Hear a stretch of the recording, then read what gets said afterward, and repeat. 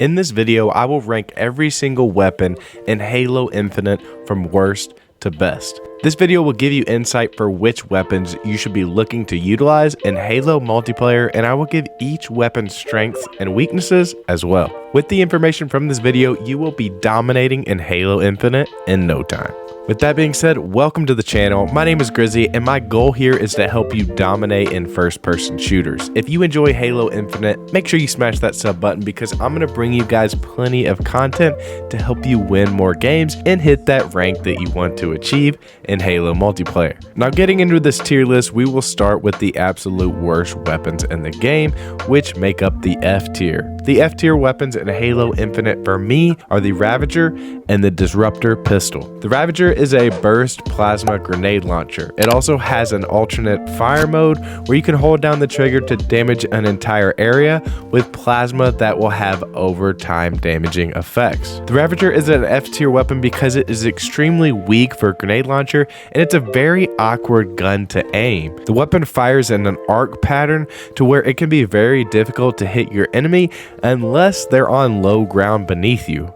The Ravager just feels like an extremely weak weapon, and I don't really recommend you trying to utilize this one in multiplayer unless you're just trying to hit like a stronghold and kind of throw off some enemies that are trying to capture a point. Next up, we have the Disruptor pistol, short to mid range, and it deals damage over time. Now this weapon, you'll need to hit the enemy 3 times or more to inflict significant electric damage to the enemy shield. Disruptor requires 6 shots to kill an enemy, and this weapon's time to kill is just very slow since it does damage over time. Now the Disruptor pistol is able to stun and disable vehicles in 6 to 8 hits, which seems like the weapon's best usage for multiplayer. Moving on from the F tier weapons, let's move to C tier. These weapons can have their place when used correctly, but definitely aren't game changers for the most part. Making up our C tier weapons, we have the Pulse Carbine and the Hydra grenade launcher. The Pulse Carbine, like the battle rifle, shoots 3-round bursts, and these projectiles track targets.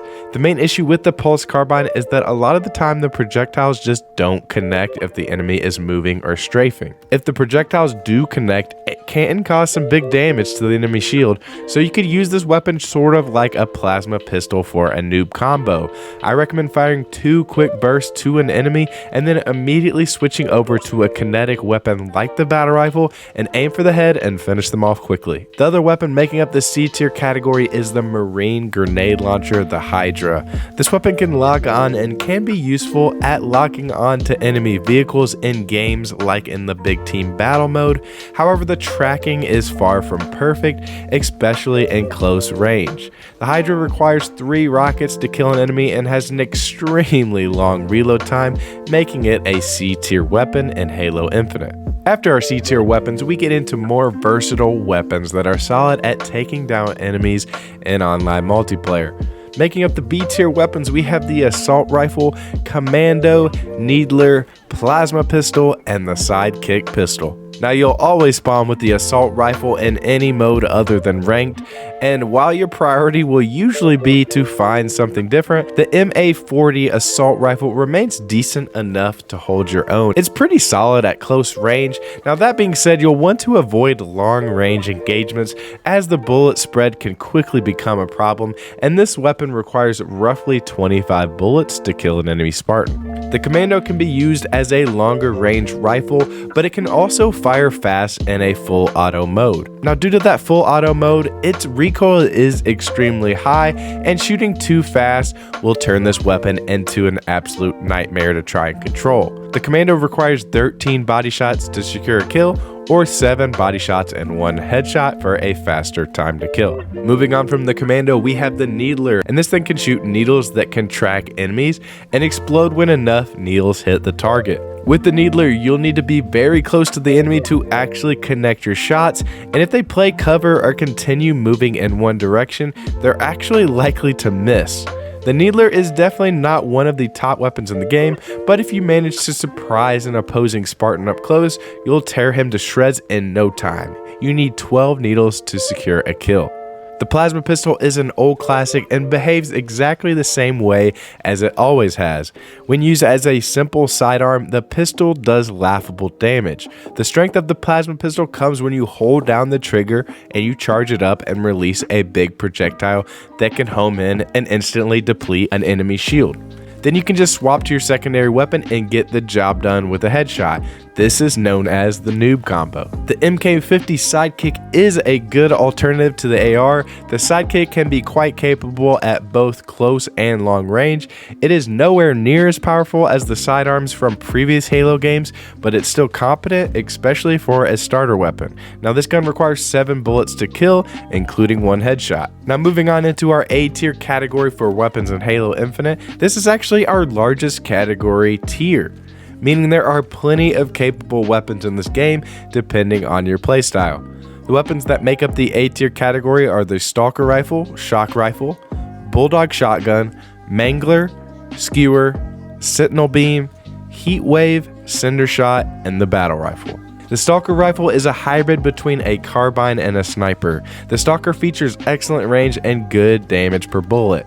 This is a weapon that requires good accuracy and can even be used in close quarters engagements if you're very accurate. The Stalker Rifle requires 2 body shots and 1 headshot to take down an enemy. Alternatively, it requires 5 body shots in total. Now the Shock Rifle is technically a sniper. Just as the S7 Sniper, it can dispose of enemies with 1 shot to the head, but unlike the S7, it requires 3 body shots to kill an enemy. On the flip side, it can do chain lightning damage to enemies that are standing close to one another. The difference in fire rate and body shot damage separates the S7 Sniper from the Shock Rifle in tiers, so we'll talk about the S7 a little bit later. Moving on, the Bulldog Shotgun is a highly responsive and fast-firing tactical shotgun.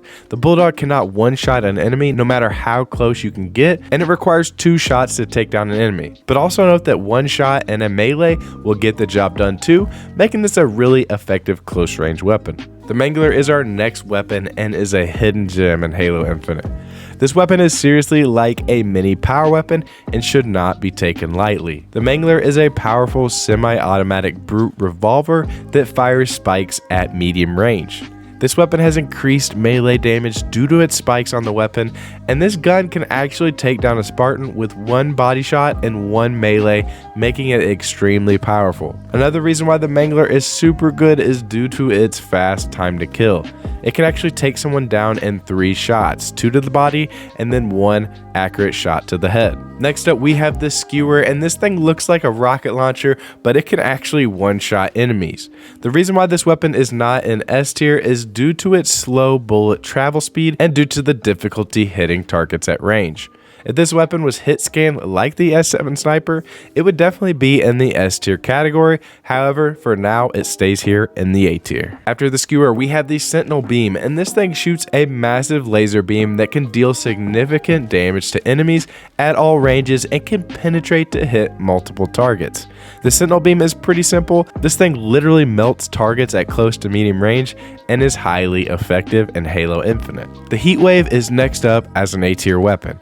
This weapon is useful because it's capable of 2-shotting an enemy at close to mid-range. This weapon acts as a shotgun and is actually much more powerful to switch to its vertical firing mode, so you can hit a target with all 6 pellets to do maximum damage. The Cinder Shot is a grenade launcher that shoots pink projectiles that will bounce off of a surface before exploding. Now that part is important. These grenades always need to bounce before they actually explode. This means you'll need to take that into account and bounce them when facing an enemy. It generally takes 2 shots to take down an enemy, and note that explosions do create implosions that move enemies towards that explosion. Rounding out the A tier, we have the Battle Rifle, and this has been the go-to weapon for multiplayer, and Halo Infinite is no different. The Battle Rifle is efficient and lethal in both close and medium range. It requires 4 precision bursts to take down an opponent at full health. This is the weapon you will be using most in the ranked playlist, and I recommend you master this weapon